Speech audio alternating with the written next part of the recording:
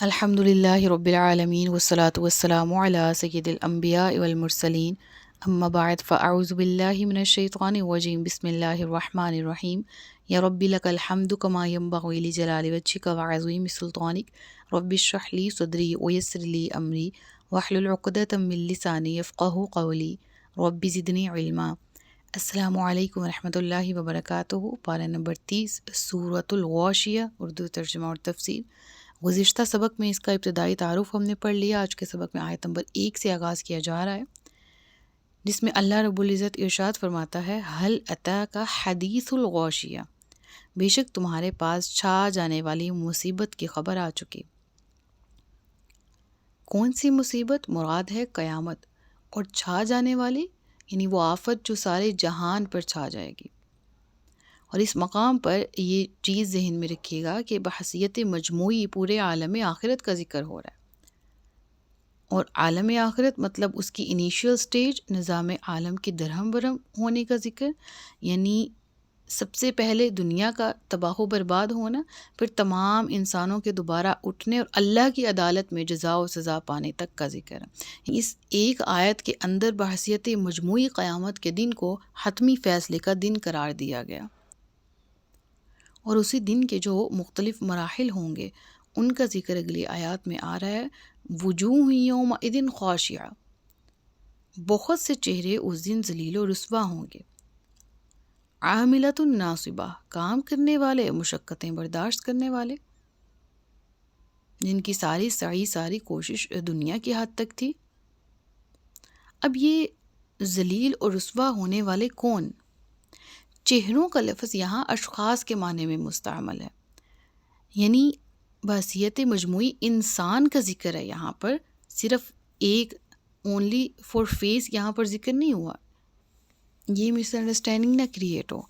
دیکھیں، انسان کے جسم کی نمایاں ترین چیز اس کا اپنا چہرہ ہوتا ہے، اسی سے اس کی شخصیت پہچانی جاتی ہے، اور انسان پر اچھی یا بری جو بھی کیفیات گزرتی ہیں ان کا اظہار اس کے چہرے ہی سے ہوتا ہے۔ تو اس لیے یہاں کچھ لوگ کہنے کے بجائے فصاحت یہ ٹھہری کہ کچھ چہرے کے الفاظ استعمال کیے گئے، اور اس کا ذکر قرآن کریم میں دیگر مقامات پر بھی پیچھے گزرا ہے۔ سورۃ القیامہ پہ بھی ہم پڑھ کے آ چکے ہیں، سورۃ عابسہ میں بھی، یعنی چہروں کی مختلف کیفیات کا ذکر ہے جو اپنے سامنے اپنا رزلٹ دیکھ کے ہر شخص محسوس کرے گا۔ وجوہ یومئذ ناظرہ الی ربہا ناظرہ، سورۃ القیامہ آیت نمبر 22 اور 23۔ کچھ چہرے اس دن تر و تازہ ہوں گے، اپنے رب کی طرف دیکھ رہے ہوں گے۔ ووجوہ یومئذ باسرہ تظن ان یفعل بها فاقرہ، اور کچھ چہرے اس دن افسردہ ہوں گے، خیال کر رہے ہوں گے کہ آج ان کے ساتھ کمر توڑ سلوک ہونے والا ہے۔ اپنے اعمال کا برا انجام وہ اپنی آنکھوں سے دیکھ رہے ہوں گے۔ تو یہاں بحیثیت مجموعی اشخاص ہی کا ذکر ہے، اٹ سیلف انسان کا ذکر ہے، لیکن چہروں سے مراد اس کے تاثرات ہیں۔ بالکل اسی طرح سورۃ عابسہ میں بھی یہ کیفیت بیان کی گئی انسانوں کی۔ وجوہ یومئذ مسفرہ ضاحکۃ مستبشرہ، اس دن کچھ چہرے روشن ہوں گے، مسکراتے ہوئے خوش و خرم۔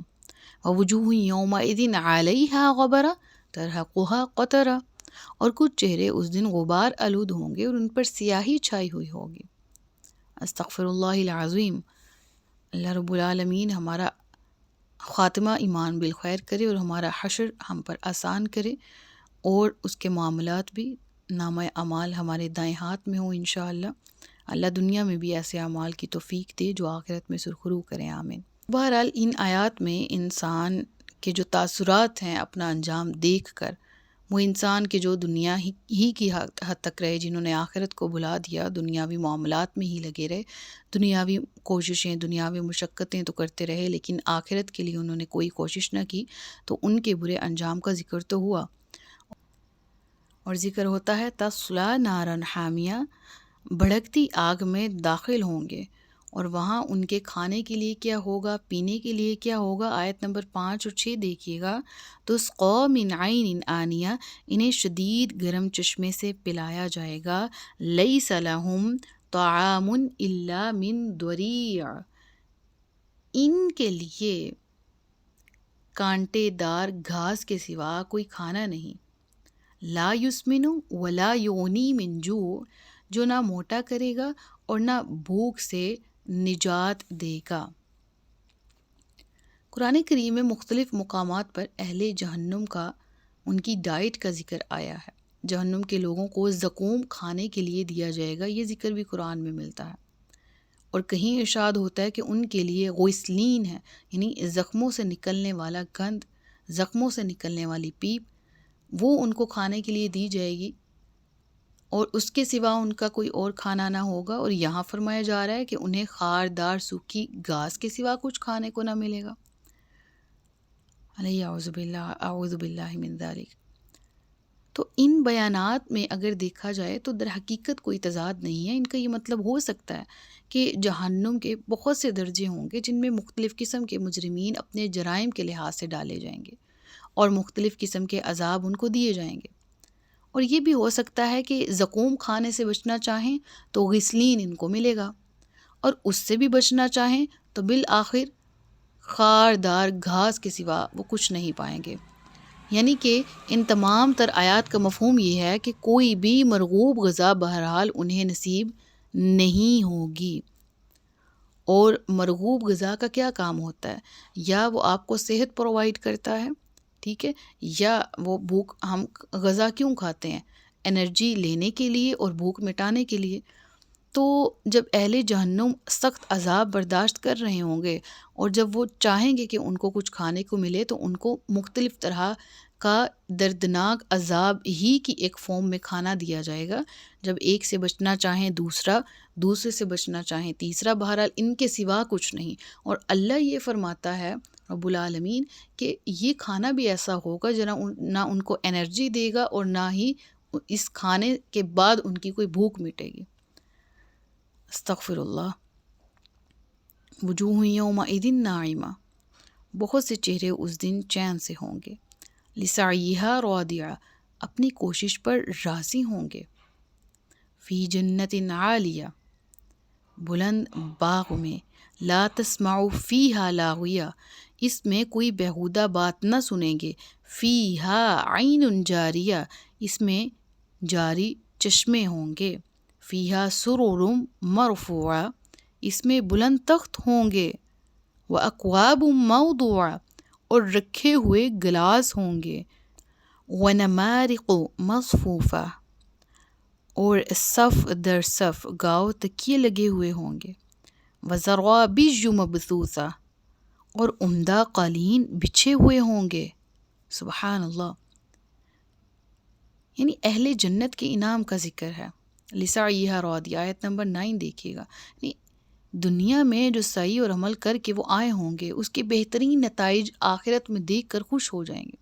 انہیں اطمینان ہو جائے گا کہ دنیا میں ایمان اور تقوی کی زندگی اختیار کر کے انہوں نے نفس اور اس کی خواہشات کی جو قربانیاں کی، فرائض کو ادا کرنے میں جو تکلیفیں اٹھائی، احکام الہی کی اطاعت میں جو زحمتیں برداشت کی، اور نافرمانیوں سے بچنے کی کوشش میں جو نقصانات اٹھائے، اور جن فائدوں اور لذتوں سے اپنے آپ کو محروم کر لیا، سب کچھ فی الواقع اب انہیں مل جائے گا۔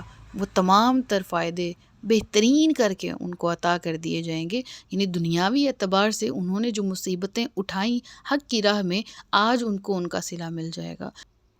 یعنی مراد یہ ہے کہ جس نے دنیا کی لذتوں کو ٹھکرایا، آخرت کو فوقیت دی، آخرت کے حقیقی انعام کو ملحوظ رکھا، تو آج وہ حقیقی انعام ان کو دے دیا جائے گا، اور پھر وہ خوش ہوں گے کہ یہ تو بڑے نفع کا سودا ہے۔ اور پھر آگے انہی چیزوں کی حقیقت بیان کی گئی، یعنی پھر آگے اب جنتوں میں موجود وہ لسٹ یہاں پر ذکر کی گئی۔ بلا شبہ اس سمیت دیگر بہت سی نعمتیں، لیکن یہاں جنت میں موجود نعمتوں کا ذکر ہے۔ رب العالمین فرماتا ہے کہ ان کو ان کے سامنے ہر نعمت موجود ہوگی، جس چیز کی حاجت ہوگی وہ طلب کریں گے، ان کے سامنے حاضر کر دی جائے گی، اور جنت ہمیشہ ہمیشہ کے لیے ان کے مقدر کر دی جائے گی، اور وہ اس میں ہمیشہ رہیں گے، جس میں ان کا کھانا پینا، رہائش، لیونگ سٹائل، وہ سارا کچھ کتنا خوبصورت طریقے سے اس سورہ کے اندر بیان کیا گیا ہے، اور یہ حقیقی کامیابی ہوگی جس کو کبھی زوال نہیں ہے، جس کا کبھی خاتمہ نہیں ہے، اور جس میں پلس پوائنٹ یہ ہے کہ رضائے الہی کا جو احتمال ہے وہ ہمیشہ رہے گا۔ رضائے الہی ہمیشہ رب العالمین کی جو رضا ہے، اس کی محبت، وہ انسانوں کے ساتھ رہے گی۔